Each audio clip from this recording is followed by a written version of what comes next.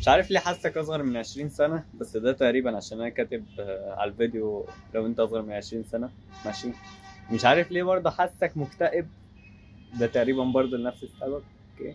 فتعال النهارده اقول لك ليه انت مكتئب وانت ليه اصغر من 20 سنة وكده. انت عندك رينج من اول 20 سنة وانت نازل بقى، يعني 20 سنة وانت نازل انت كده في السليم. اوكي. وده يرجع لسبب ان انت لسه ما عملتش حاجة ولسه في بداية حياتك. مش عاجبني الكاميرا وهي بتلعب كده، في ايه يا اسطى؟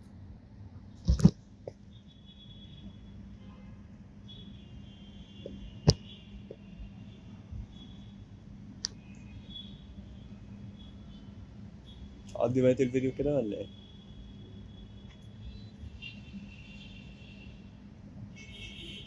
ف تعال نحطها تاني نجرب.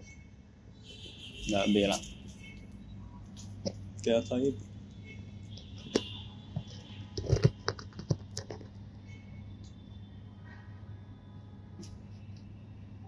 ماشي، ده كده احسن بكتير. ايه الجمدان ده؟ آه بس شوية الإضاءة بايظة. ما علينا. انت لسه في بداية حياتك، ولسه ما عملتش اي حاجة في حياتك، ولسه بتكون نفسك وبتكون مستقبلك اللي هتبني عليه بقى كل ده. ماشي. انت لسه في مرحلة الاساسيات.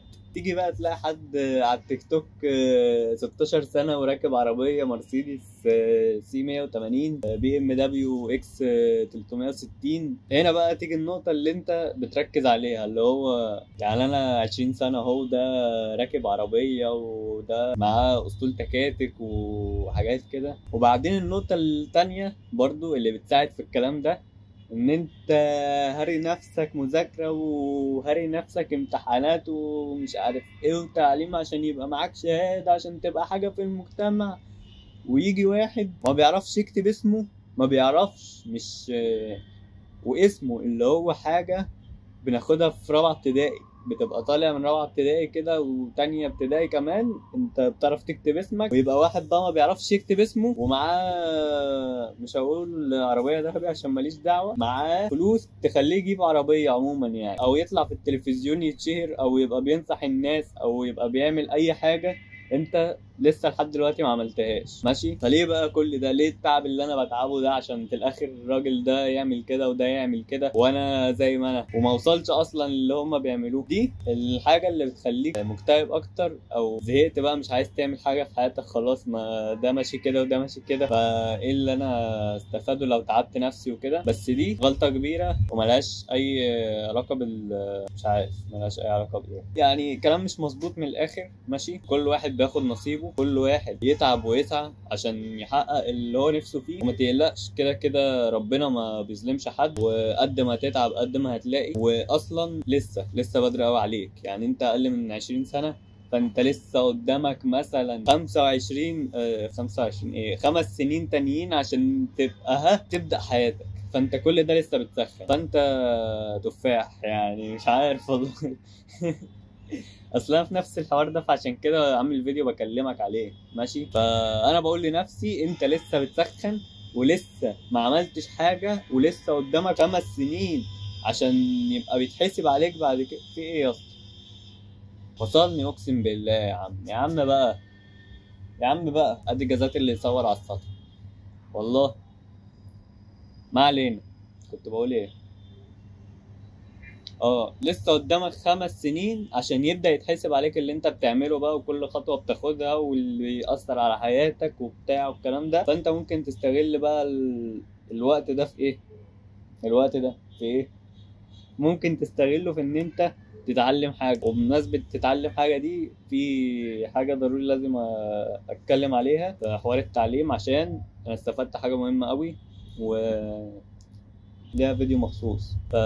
ايه تاني؟ ممكن مثلا تشتغل اي شغلانه بتدخل فلوس، بس ده لو انت عندك مشروع او في حاجه انت مركز عليها زي دلوقتي اللي انا بعمله ده. بس انا لسه ما لقيتش الشغلانه اللي تجيب لي فلوس وانا بشتغل الشغلانه دي لسه، يعني لسه قدامك وقت كتير، ما تقلقش. مش كتير قوي يعني، واقلق شويه بس، يعني مش كده فاهم. ومحتاج تركز قوي، يعني تخلي تلتين تركيزك، مش نص، تلتين صلاة وصوم وعبادة وزكاة وصدقة وكده، والتلت الأخير ده بقى أنت هتتعب فيه.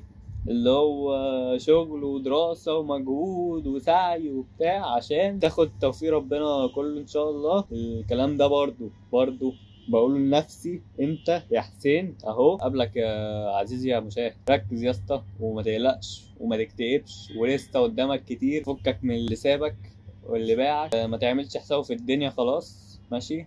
اللي سابك وقت اديتك عمره لو قصدي عمرك انت لو رجع لك يبوس ايدك ورجلك صباع وضافر وعقلة اوعى ترضى. هتبقى بتغلط غلطة نص عمرك او بداية عمرك اللي هم الحبة التسخين يعني. فبلاش والله، ولسه بدري عليك يا عم. انت مستعجل على ايه بجد والله؟ فكك يا عم، اي حاجة مكتوبة لك هتحصل لك كده، واي حاجة مش عارف احشي